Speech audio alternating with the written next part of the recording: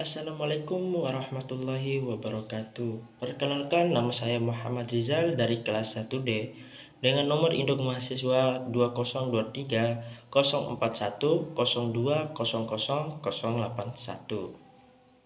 Di sini saya akan mempresentasikan tentang metode perpisahan campuran. Nah, sebelum saya membahas lebih lanjut, maka saya akan menjelaskan tentang campuran. Campuran dapat tersusun atas beberapa unsur ataupun senyawa.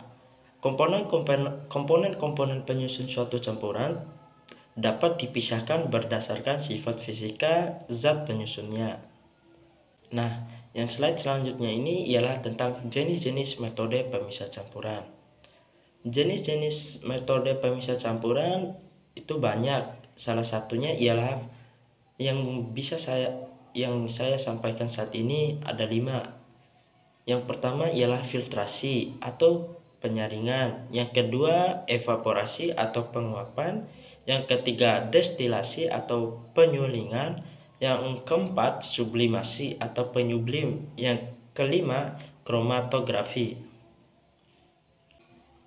Di sini kita akan membahas tentang metode pemisahan campuran. Yang pertama ialah filtrasi atau biasa dikenal penyaringan. Filtrasi atau penyaringan merupakan proses pemisahan campuran dengan cara penyaringan. Melalui filtrasi, kotoran dalam suatu campuran dapat dipisahkan sehingga dapat diperoleh zat yang lebih diinginkan. Nah, apa sih contoh dari proses filtrasi ini?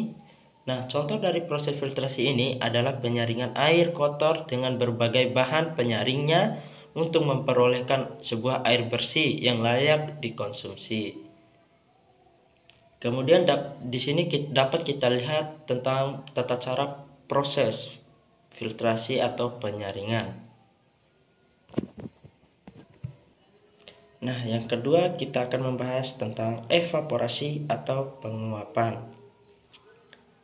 Proses pemisahan campuran secara evaporasi merupakan proses penguapan campuran sehingga terpisahnya antara zat pelarut yang berupa air dan zat terlarutnya.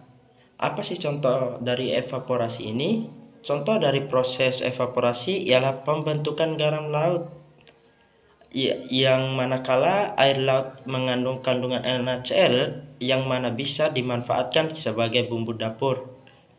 Dalam proses pembuatannya, petani garam menampung air laut pada suatu lahan, kemudian dimanfaatkannya panas matahari untuk membantu penguapan air laut. Lalu zat yang tertinggal yaitu NaCl akan membentuk sebuah kristal garam. Di sini juga kita bisa lihat sebuah contoh gambar proses dari evaporasi. Nah, yang ketiga kita akan membahas destilasi atau penyulingan. Destilasi adalah pemisahan campuran dengan cara penguapan yang disertai dengan pengembunan. Istilah lain dari proses destilasi adalah penyulingan. Proses destilasi memperhatikan perbedaan volatilitas zat, yaitu kecepatan atau kemudahan zat menguap. Nah, apa sih contoh dari destilasi ini?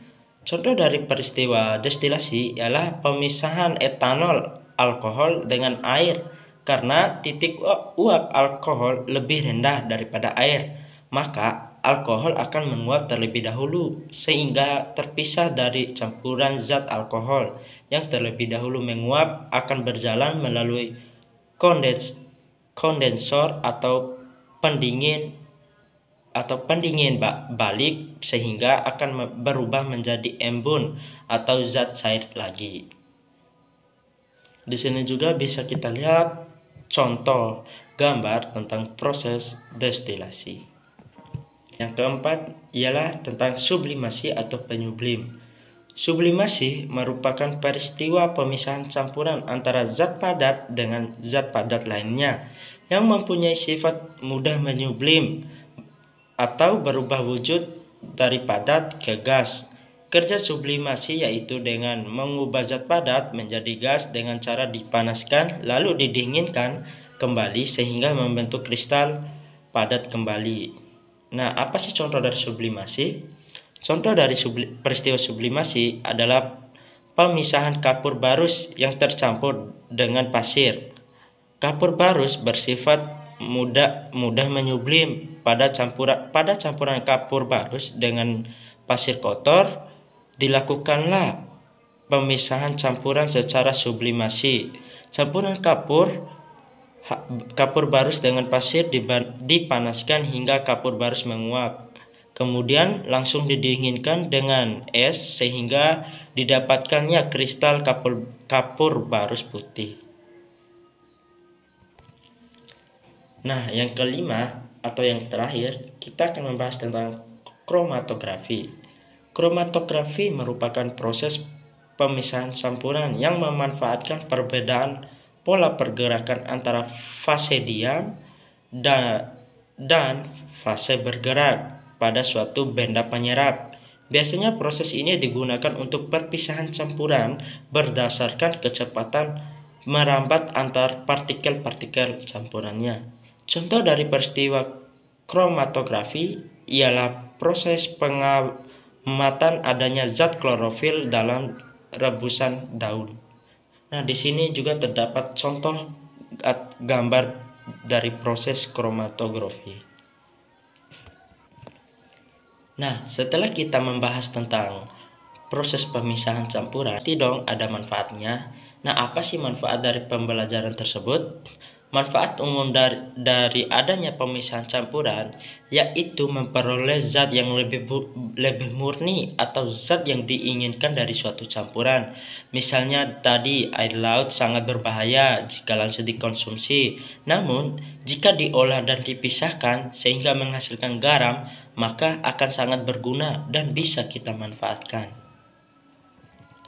Nah, apa kesimpulan dari pembelajaran tersebut? Pada dasarnya, hampir semua campuran dapat dipisahkan. Metode pemisahan campuran yang dapat dijadikan dasar pemisahan campuran bergantung pada sifat fisika dari partikel-partikel penyusun campuran tersebut. Mungkin ini saja yang bisa saya sampaikan. Lebih dan kurang mohon maaf. Wabillahi taufiq wal hidayah. Wassalamualaikum warahmatullahi wabarakatuh.